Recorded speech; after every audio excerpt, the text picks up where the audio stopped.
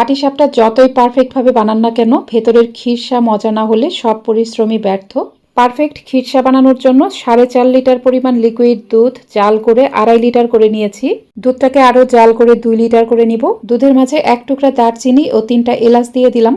এদিকে কিছুটা খেজুরের গুড়ের সাথে অল্প একটু পানি দিয়ে তারপর জাল করে একটা ঘন শিরা বানিয়ে নিয়েছি। এই শিরা নেড়ে নেড়ে ঠান্ডা করে নিতে হবে। আধা পোয়ার মতো কালিজিরা পোলাওয়ের চাল 1 ঘন্টা পানিতে ভিজিয়ে রেখে তারপর কিছুটা পানি সহ ব্লেন্ডারে এরকম আধ ভাঙা করে নিলাম। চেষ্টা করবেন একটু ফ্রেশ ভালো মানের দুধ নিতে, তাহলে খিরসার টেস্ট বেশি ভালো আসবে। যে চালটুকু ব্লেন্ড করেছিলাম সেটা দিয়ে অনবরত নাড়তে থাকবো। চাল ফুটে ওঠার পর দিয়ে দিলাম স্বাদ মতো চিনি। চিনি দেওয়ার পর আরেকটু জাল করে 3 টেবিল চামচ পরিমাণ বাজারের কেনা কাঁচা সুজি অল্প অল্প করে দিব আর নাড়তে থাকবো। সুজিটাকে আমি হালকা করে একটু টেলে নিয়েছিলাম। এখানে কুড়ানো নারকেল দিয়ে দিলাম 1/2 কাপ পরিমাণ। সবকিছু ভালোভাবে ফুটে ওঠার পর চুলা বন্ধ করে দিব। চুলা বন্ধ করে দেওয়ার পর এখানে স্বাদ মতো দিয়ে দিলাম খেজুরের গুড়ের শিরা। গুড়ের শিরার সাথে মিশ্রণটা ভালোভাবে মিশিয়ে নেওয়ার পর চুলা জ্বালিয়ে দিব। চুলা জ্বালিয়ে দিয়ে এটা পারফেক্ট ঘনত্বে না আসা পর্যন্ত নাড়তে থাকবো। এই মিশ্রণটা খুব বেশি ঘনও হবে না, আবার অনেক বেশি পাতলাও হবে না। এই খিরসার ঘনত্বটা এরকম হবে। এ পর্যায়ে চুলা বন্ধ করে এখানে 1 চা চামচের মতো ঘি দিয়ে দিলাম। ঘি অপশনাল, হাতের কাছে থাকলে দিবেন, না হলে দিবেন না। খিরসা গরম থাকা অবস্থায় যে কোনো বড় ছড়ানো পাত্রে ঢেলে দিন। খিরসা পুরোপুরি ঠান্ডা হয়ে যাওয়ার পর পাটিসাপটা বানিয়ে ফেলুন।